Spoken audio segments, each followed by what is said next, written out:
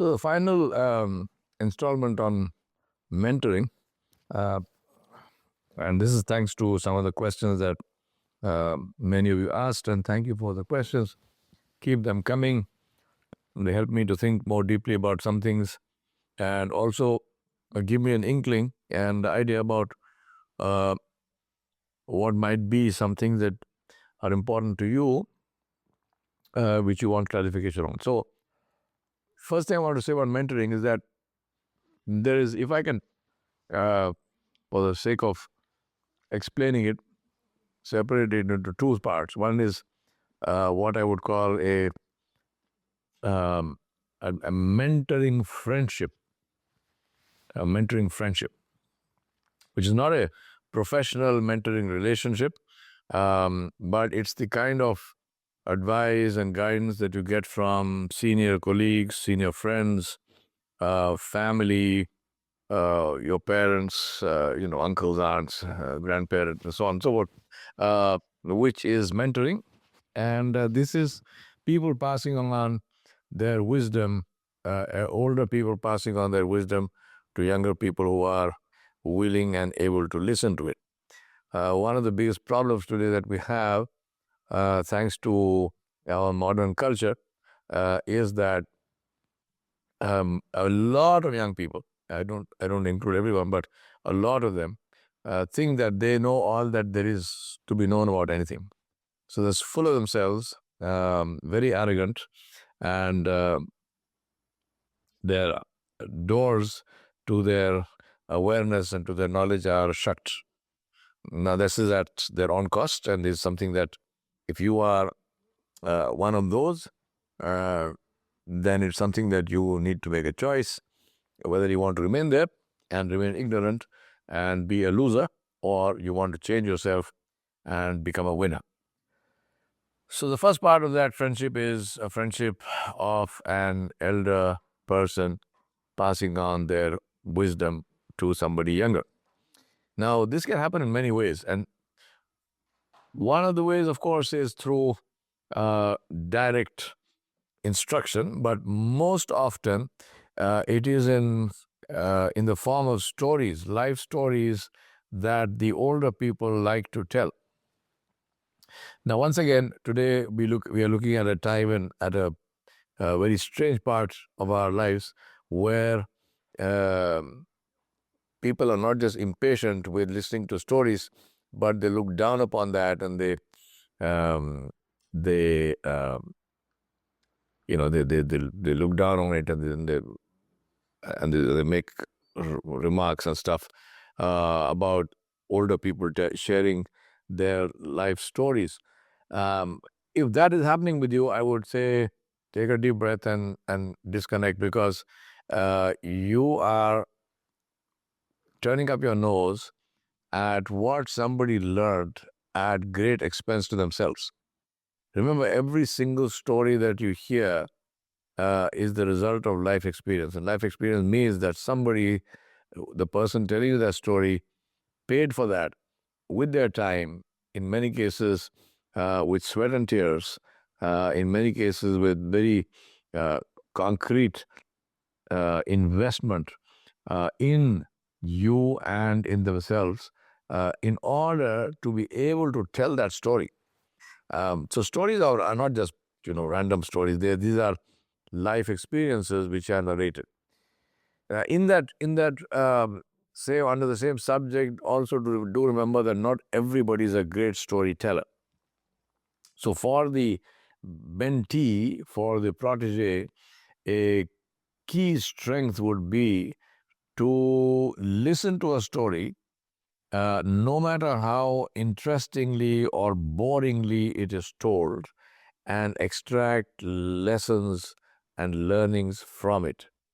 Because for you, as the person listening to the story, that story has only one value, and that is in terms of what lessons you can extract from it.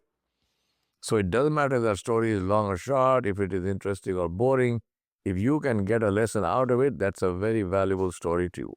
And conversely, if the story might be extremely interesting, might move you emotionally and so on, but at the end of all that whole experience, If you ask yourself, well, what did I learn from this, and you are not able to answer that, then that story was just entertainment. And no matter how much you enjoyed it, it wasn't any good to you. So don't put yourself in that situation. So the ability to extract lessons from listening to stories of other people's lives, this is a very, very critical uh, strength that must be developed. And if you develop it, believe me, you will be a winner. In the same context is the importance of reading biographies. Those of you who have listened to me over the years, you will know that I have two things I always emphasize on.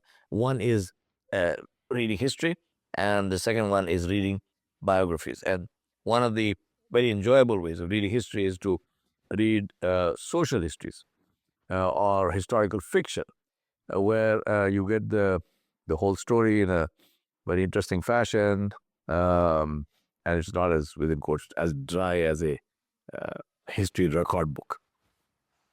So whether you are listening, whether you're reading a biography, whether you're watching a biographical film, or whether you are directly listening to somebody tell their own story, which is absolutely the most fantastic thing to do, um, give it the importance that is due to it. That is one of the most important, potentially life-changing moments of your life, and you treat it like that. Sit there with avid interest. I'll share with you two of my own stories in this matter. One of my mentors of this nature, which is a friend mentor, friendship mentoring, was my super boss, the chairman of the company that I worked for, Mr. A.M.M. Arunachalam. Now, he was the chairman of the company, and I was at that time the manager of Nyumbadi estate in Kanyakumari. And Mr. A.M.M. and his wife, Lakshmi Achi, used to come and stay with us in our house because they used to go to pray at the temple in Kanyakumari, in Cape Cod, in the right down south on the sea. So they would come and stay with us, and then they would go and pray in the temple. And they would spend a couple of weeks sometimes a week, sometimes 2 weeks.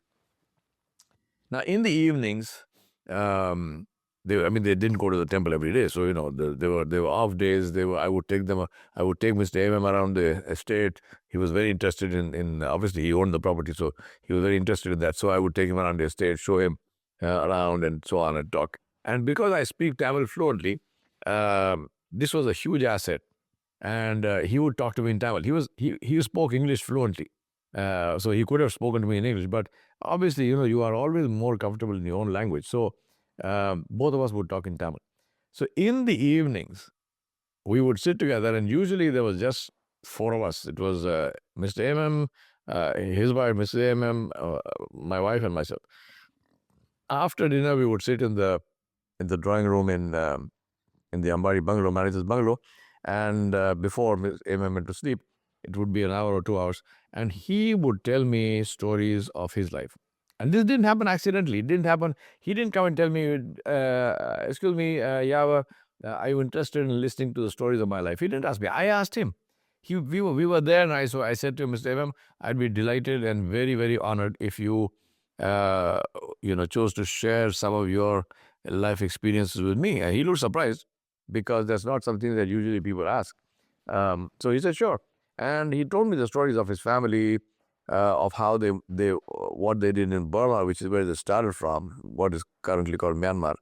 And then they migrated to India, and all the turmoil in Burma, in which one of the brothers of this family, Ayman's brother, got killed.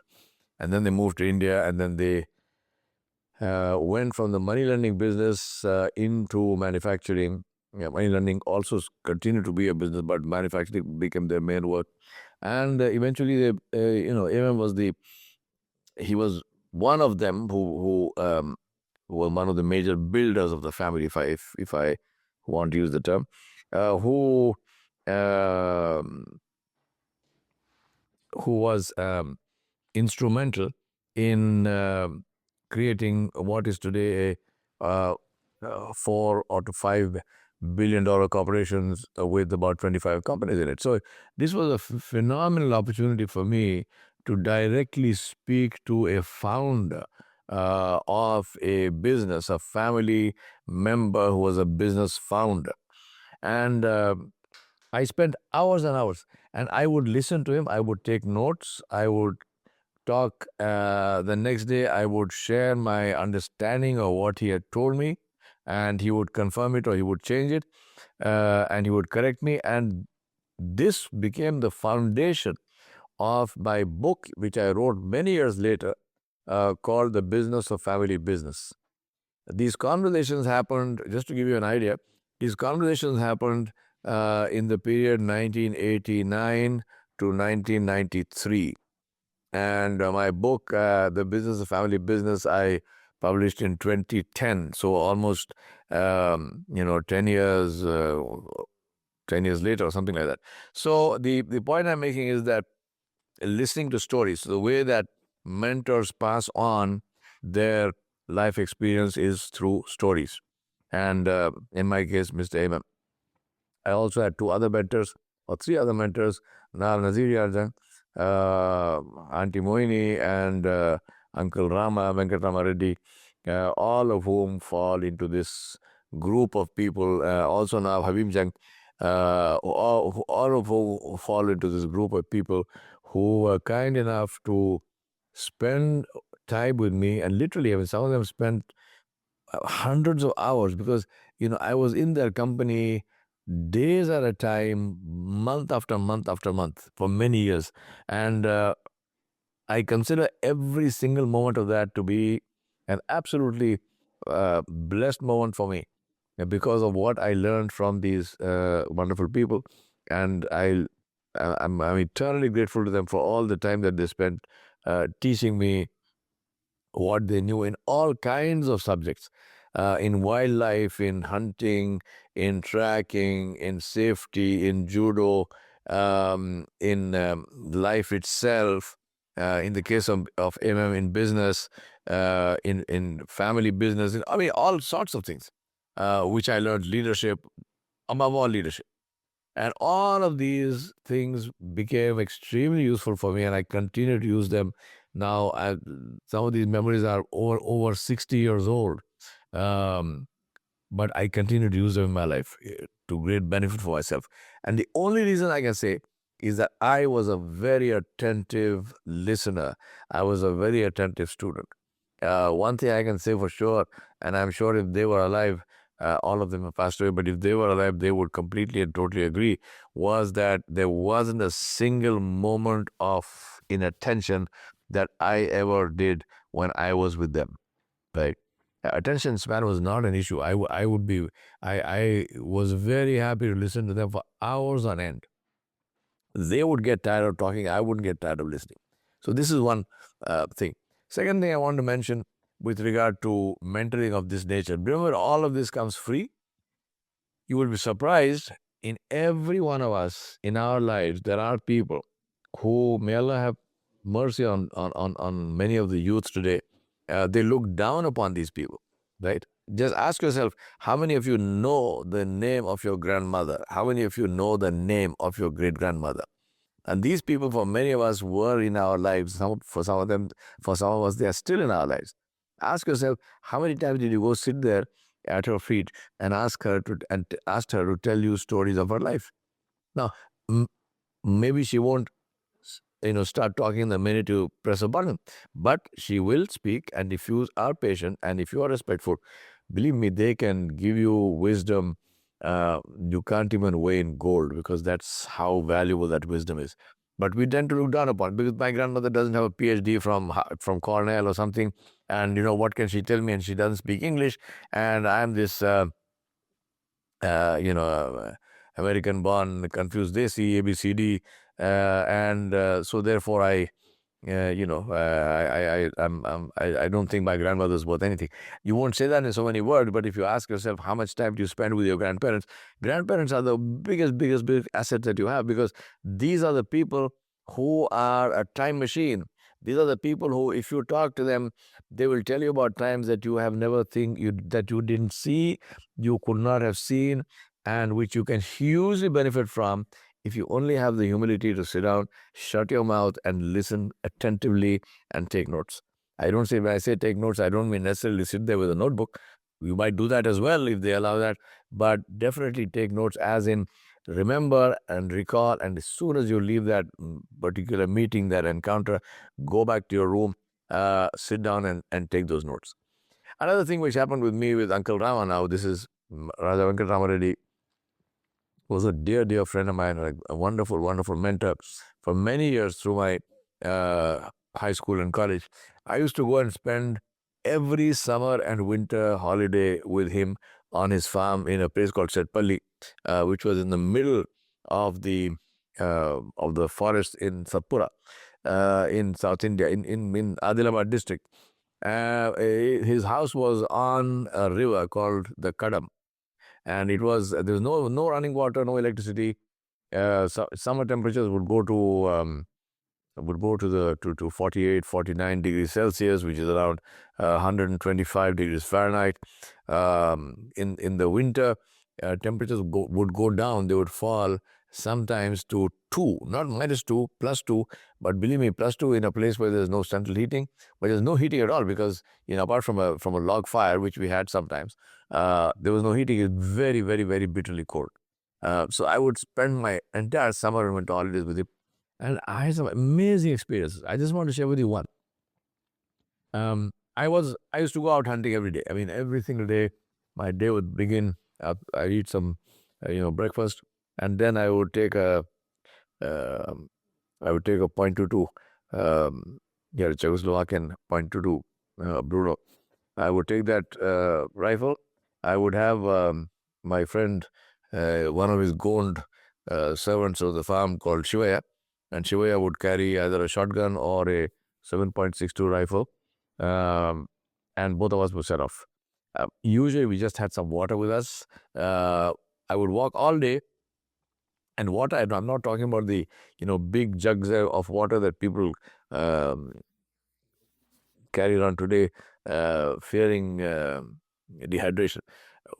We just had a little small bottle of water or something, and then usually no food, and we would walk all day, sit in the forest, sit at water holes, watch wildlife go by, usually maybe sometimes shoot either a small animal or a duck or something, and come back home in the evening. But this was my every single day I would do that.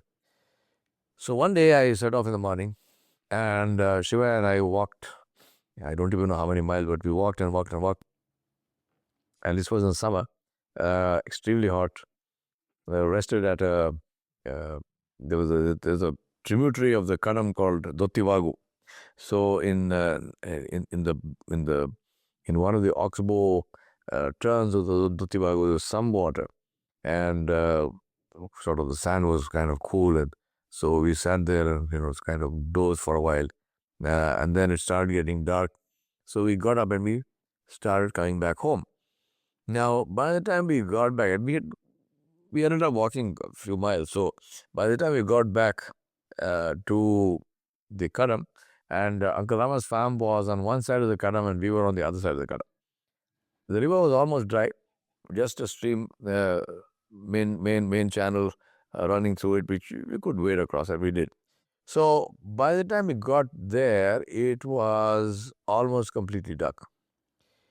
Now, Shiva and I were walking completely. I mean, we were almost home, so we said, okay, nothing's going to happen now, so just go home. And suddenly I saw a sambar, a cheetal, a spotted deer, axis, stag, right in the middle of the road, standing, looking directly at me. Big antlers, looking directly at me. I was so attuned to hunting in those days that I was carrying the rifle, the 7.62,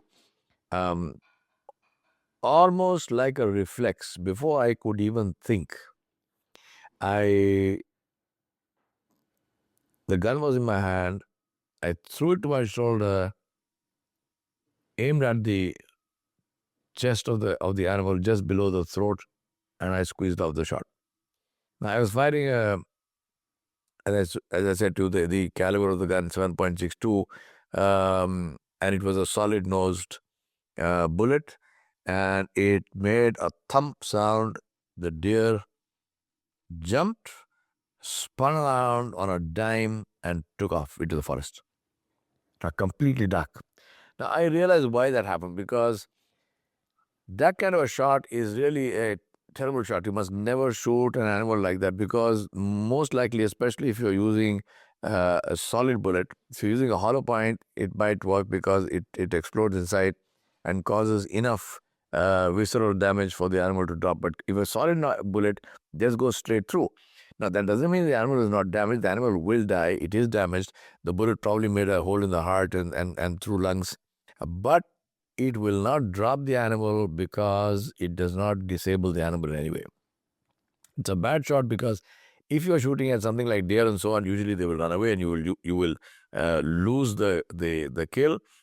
If you shoot at something more dangerous than that, something which might charge you, you might end up getting killed and literally being killed by an animal which is almost dead, because the animal will charge, and it's unlikely, unless you are a champion shooter, that you will be able to get off a second shot, and drop the animal, so you can get killed. So it's a bad shot. Anyway, I did it. Predictably, the animal ran off. We tried to find it. It was dark. We had no torch. We just couldn't find it. So we came home. Crossed the river, came home. By the time we got home, it must have been about, say, 8 o'clock or something like that. Now, Uncle Rama heard the shot because it was just across the river from where he was sitting on the veranda of his house. So he said to me, "Kya marera aap?" He said, "What did you shoot?" So I told him, "Uncle Rama, this was this deer." And so he said, "Where is it?" I said, "It ran away." He says to me, he said, "You are telling me that you shot an animal, wounded it, and you let it get away, and you didn't track it down, you didn't bring it back." So I thought this was a bit rich. I mean, I said, this is the night, there's a forest which has tigers and leopards in it and bears in it, and I didn't say all this to him. We were respectful kids, but this is going on in my mind. I said, "What does this man want? He wants me to kill myself?" So he said, "No." He said, "Okay, have dinner and go back and get that deer." I said, "Have dinner and go back, meaning at 10 o'clock in the night?" He said, "Yes." Well, you didn't argue. You obeyed your elders. So I had dinner, Shiva had dinner, and we were about to set off.